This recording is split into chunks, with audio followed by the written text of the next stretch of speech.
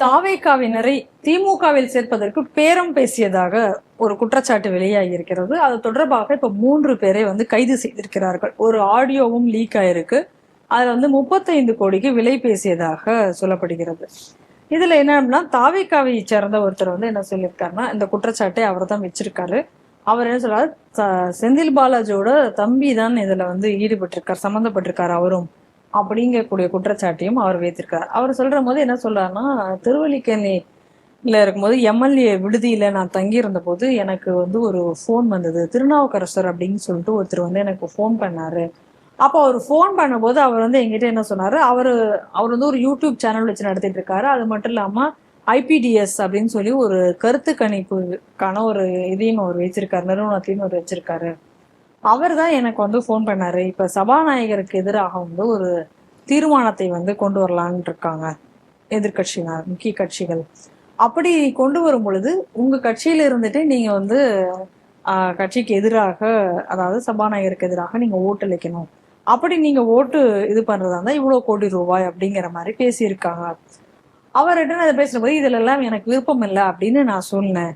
ஆனாலும் விடாமல் அவர் என்னை தொடர்பு கொண்டு பேசிக்கொண்டே இருந்தார். திரும்ப திரும்ப இதே விஷயத்த சொன்னாரு அப்படின்னு சொல்லிட்டு இவர் ஒரு காவல் நிலையத்துல இவர் போலீஸ்ல புகார் கொடுத்திருக்காரு.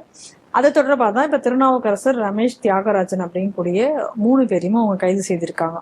இப்ப இதுல ரமேஷ்ங்கிறவர் தான் அசோக் குமார், அதாவது செந்தில் பாலாஜியோட தம்பியை சந்தித்ததாகவும் கூறப்படுகிறது.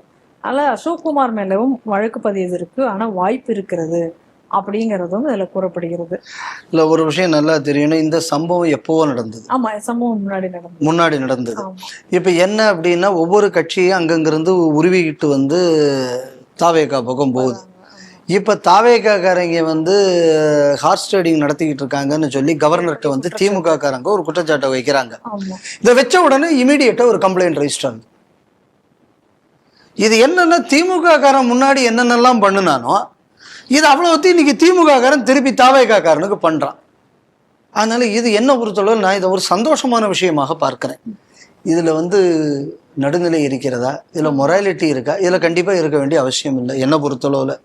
ஏன்னா நீ என்ன அயோக்கியத்தனம் பண்ணியோ ஒன்னு அதே அயோக்கியத்தனத்துல இன்னொருத்தன் ஒழிக்கிறான். இது இவ்வளவுதான். ஏன்னா இப்ப யோசிச்சு பாருங்க, ஒவ்வொரு தரமும் சங்கத்தில் RSSல ரூட் மார்ச்சுக்கு கேட்கும்போது கடைசி நேரம் வரை பர்மிஷன் கொடுக்கறது கிடையாது. கடைசி நேரத்தில் இந்த பர்மிஷனை நாங்கள் மறுக்கிறோங்கிறது. அதே மாதிரி ஏதாவது இந்து மாநாடு நடந்ததுன்னா இதே மாதிரி பண்ணுறது. ஒவ்வொரு தரம் இவங்க கோர்ட்டில் போய் கேஸை போட்டு இந்த மாதிரி கஷ்டப்படுத்திக்கிட்டு. இப்போ இடையில திமுக காரனுக்கு ஏதோ ஒரு ஆர்ப்பாட்டத்துக்கு கேட்டானா, கரெக்டாக முந்தின நாள் ராத்திரி 1 மணிக்கு உனக்கு நீ இவ்வளவு நாள் முன்னாடி எனக்கு மனு கொடுக்காத காரணத்தினால் அனுமதி கொடுக்கவில்லை அப்படின்னு மெட்ராஸ் போலீஸ் கமிஷனர் ஆஃபீஸ் சொல்றது. அவங்களுக்கு ஒரு லெட்டர் போச்சு, நீ இப்படித்தானே இந்து அமைப்புகளுக்கு பண்ண, இன்னைக்கு உனக்கு இன்னொருத்த பண்ணியிருக்கான் பத்தியா. இதுதான் என்னன்னா, கர்மா ரிப்பீட்ஸ் இட் செல்ஃப்ங்கிறது. அதனால நான் இதுல ரொம்ப சந்தோஷப்படுறேன். இன்ஃபேக்ட் நீ இந்த மாதிரி எத்தனை பேர் மேல இந்த மாதிரி திருட்டு கேஸ் எத்தனை பேர் மேல போட்டிருப்ப,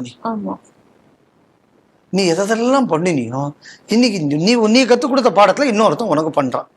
அதனால இது அவர் செய்தால் நியாயமா இவர் செய்தால் நியாயமா அப்படின்னு கேட்கலாம். இது என்ன பொறுத்தளவுல என்னன்னா, இது ஒரு குருட்சேத்திர யுத்தம். திமுகவை எப்படித்தான் டீல் பண்ணணும், அந்த விதத்தில் இப்படி டீல் பண்ணது சரி. அதே நேரத்தில் இது திமுக காரன் செய்திருக்க மாட்டான்னு நான் சொல்ல மாட்டேன். ஏன்னா திமுக அப்படின்னாலே திருடர்கள் Munnetra Kazhagam, hardened criminals. So இது செய்வதற்கு வாய்ப்பு இருக்கு, வாய்ப்பு இல்லை அப்படின்னு எக்காரணம் கொண்டு நான் சொல்ல மாட்டேன். ஏன்னா செந்தில் பாலாஜியோட பழைய ட்ராக் ரெக்கார்டு, ஏன்னா இதே செந்தில் பாலாஜி இப்படி ஒரு கேடுகட்ட மனுஷனான்னு சொன்னதே ஸ்டாலின். அவ்வளவு தூரம் கேடுகட்ட ஒரு செந்தில் பாலாஜியை பிரதான அமைச்சராக்கினது மட்டும் இல்லாமல் ஜெயிலுக்கு போனதுக்கு அப்புறம் கூட மினிஸ்ட்ரியில இருந்து வெளியில தள்ளலை அப்படின்னு சொன்னா இந்த கட்சி எவ்வளவு கேடுகட்ட கட்சியா இருக்கணும் திமுக. அதனால இந்த மாதிரியான கேடுகட்ட செயலில் அவங்க ஈடுபடாமல் இருப்பாங்கன்னு நம்ம எதை வச்சு சொல்ல முடியும். இன்னைக்கு இவ்வளவு தூரம் நியாயம் பேசக்கூடிய கம்யூனிஸ்ட் 20 கோடி ரூபா வாங்கிட்டு தானே கூட்டணிக்கு போனாங்க. ஸோ இவங்கள்ட்ட காசு வாங்கிக்கிட்டு கூட்டணிக்கு போன கட்சிகளுக்குள்ள லிஸ்டே இருக்கு. ஸோ அதனால இது உங்களுக்கு புதுசு இல்லையே. ரெண்டாவது என்ன அப்படின்னு சொன்னா, தேன்குடத்தில் கையை விட்டு அவன் நக்காம விட மாட்டான்னு அந்த காலத்தில் தத்துவம் பேசினவனுக்கு தானே திமுக காரங்க. அதனால இந்த மாதிரியான வேலைகளை திமுக செய்யாது அப்படின்னு எக்காரணம் கொண்டு நம்ம சொல்ல முடியாது. செய்வதற்கான வாய்ப்புகள் அதிகம் இருக்கு. அடுத்தது என்ன அப்படின்னா இதுல இந்த அசோக் குமார் யாருன்னா செந்தில் பாலாஜிக்குள்ள தம்பி. இப்போ அவர் மேல இப்போ இந்த வழக்கு பாய்ந்திருக்கிறது. யார் இவர் அப்படின்னு பார்த்தாச்சுன்னா, செந்தில் பாலாஜிக்குள்ள அந்த இடங்கள்ல எல்லாம் என்ஃபோர்ஸ்மெண்ட் டைரக்டரேட் ரெய்டு நடந்த நேரத்தில் அவங்க மேல தாக்குதல்லாம் நடத்தப்பட்டது. அந்த நேரத்தில் அந்த வழக்கில் தேடப்பட்டவர் தான் இந்த அசோக். அதுக்கப்புறம் இவருக்கு ரொம்ப நாள் கழிஞ்சு பெயிலும் கிடைத்தது. அவ்வளவு நாள் இவர் எங்க போனாருன்னே தெரியாம இருந்தார். ஏன்னா இந்தியாவில் இருக்கக்கூடிய அம்புட்டு போலீஸ்காரங்களையும் இந்த ஒரு அசோக் குமாரை தேட முடியாத அளவுக்கு தகுதியற்றவர்களாக ஆக்கி இருந்தார்கள். தகுதியற்றவர்கள் இல்லை, அவர்கள் நல்லா தெரிஞ்சுக்கணும், ஆக்கப்பட்டிருந்தார்கள். எப்படி காப்பாற்றணுமோ அந்த அளவு காப்பாத்தி எல்லாம் வச்சிருந்தாங்க. அந்த வழக்கில் சம்பந்தப்பட்டவர் தான் இந்த அசோக் குமார். இப்போ இந்த வழக்கு நீங்க பாருங்க, இதுவும் பண சம்பந்தமான வழக்கு. அப்ப பண சம்பந்தமான வழக்குங்கிறதுனால இந்த வழக்கையும் சேர்ந்து கூட இடிக்கு ரெஃபர் பண்ணலாம் தமிழ்நாடு கவர்மெண்ட். பண்ணுமான்னு எனக்கு தெரியாது. ஏன்னா எனக்கே இடி மேல நம்பிக்கை கிடையாது. ஏன்னா அந்த வழக்கு இவ்வளவு தூரம் வந்ததுக்கப்புறம் ஒரு பர்டிகுலர் டயத்துக்கு அப்புறம் அவருக்கு பெயில் கிடைச்சிருக்கு அப்படின்னா, எனக்கு இந்த பின்னணியில் எந்த பிஜேபிக்காரங்கள்லாம் இருந்தாங்கன்னு நமக்கு தெரியாது. ஏன்னா பல கேஸுகள் வந்து அங்கெல்லாம் போகும்போது வித்தியாசமாக தான் போயிட்டு இருக்கு. அதனால என்ன அந்த கட்சிக்கு மேலேயும் நமக்கு நம்பிக்கை இல்லை. அட்லீஸ்ட் இவன் பழி வாங்கணுங்கிற ஒரு உணர்வோடையாவது இவன் ஒரு வேலை செய்வான். இல்லைன்னு சொன்னா செந்தில் பாலாஜி பேசாம திமுக தேவைக்காக வந்து அந்த கேஸ்ல இருந்து காப்பாற்றப்படுவான். ரெண்டு ஆப்ஷன். இல்லை அப்படின்னு சொன்னா எந்த பிரச்சனையும் எனக்கு கொடுக்கப்படாது அப்படின்னு சொல்லி ஒரு அமௌண்ட்டை வாங்கி ஒதுக்கி விடணும் தாவேக்கா. இல்லை தாவேக்காவுக்கு செந்தில் பாலாஜி வரணும். ஏற்கனவே அதிமுக வந்து அப்படித்தானே திமுக வந்ததே அப்படித்தானே. ஸோ அதனால இதுதான் தாவேக்காவுக்குள்ள எதிர்பார்ப்பாங்க. ஆனால் தாவேக்கா இது எடுத்துக்கிட்ட என்ன பிரச்சனை வரும்? இந்த 41 பேர் அந்த அங்கே கரூர்ல கொன்னதுக்கு இந்த ஆளு தான் காரணம்னு தாவேக்கா பிரச்சாரம் பண்ணிச்சு. அதனால செந்தில் பாலாஜியை சார்ந்தவர்களை ஜெயிலில் போட்டு பண்ணியாச்சுன்னா தாவேக்காவில் உள்ள தொண்டர்களுக்கெல்லாம் பார்த்தாயா உங்களுக்காக நாங்கள் வந்து பழி தீர்த்து விட்டோம் அப்படின்னு காட்டுறதுக்கு அவங்களுக்கு இது பிரயோஜனப்படும். அதனால இந்த கேஸ் வந்து தமிழ்நாடு கவர்மெண்ட் டீல் பண்றது நல்லதுன்னு நான் நினைக்கிறேன். ஏன்னா பிஜேபியை பொறுத்தளவுல அவங்க இவ்வளவு பாருங்களேன், இப்ப இவ்வளவு 136 137 ஜிகாதிகளால் கொல்லப்பட்டார்கள் தமிழ்நாட்டில். இந்த ஜிகாதி படுகொலைக்கு ஆதரவு தெரிவித்த கட்சிகள் உண்டு. அவங்க மேலேயே அவங்க பெருசா இந்த நடவடிக்கை எடுக்கலையே. அதை எடுத்திருந்தாச்சுன்னா இந்துக்களுக்கு வந்து பிஜேபிக்கு மேல ஒரு அபாரமான நம்பிக்கை வந்திருக்கும். ஆனால் இந்த தவறை பிஜேபி செய்யும். ஆனால் இதை தாவேக்கா செய்யாதுன்னு நான் நம்புறேன். சொல்ல முடியாது. பணம் பத்தும் செய்யும்பாங்க.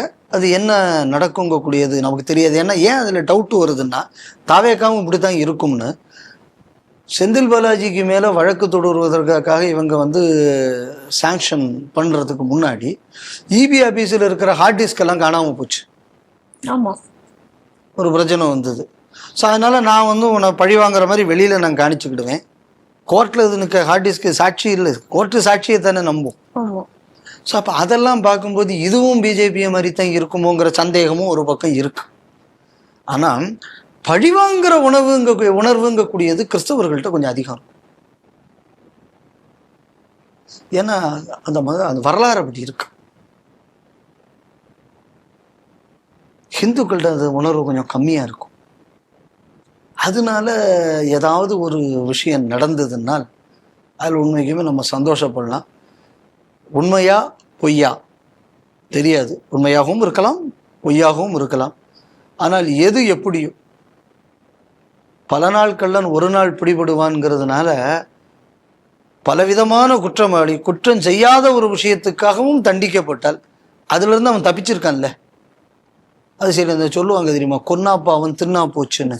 அந்த கதையிலையாவது இதில் ஏதாவது ஒரு நடவடிக்கை எடுத்து இந்த பயிலுள்ள உள்ளதுக்கு போட்டாச்சுன்னா உண்மைக்கு அது வந்து ஒரு பாராட்டப்பட வேண்டிய விஷயமாக நான் பார்க்கிறேன்.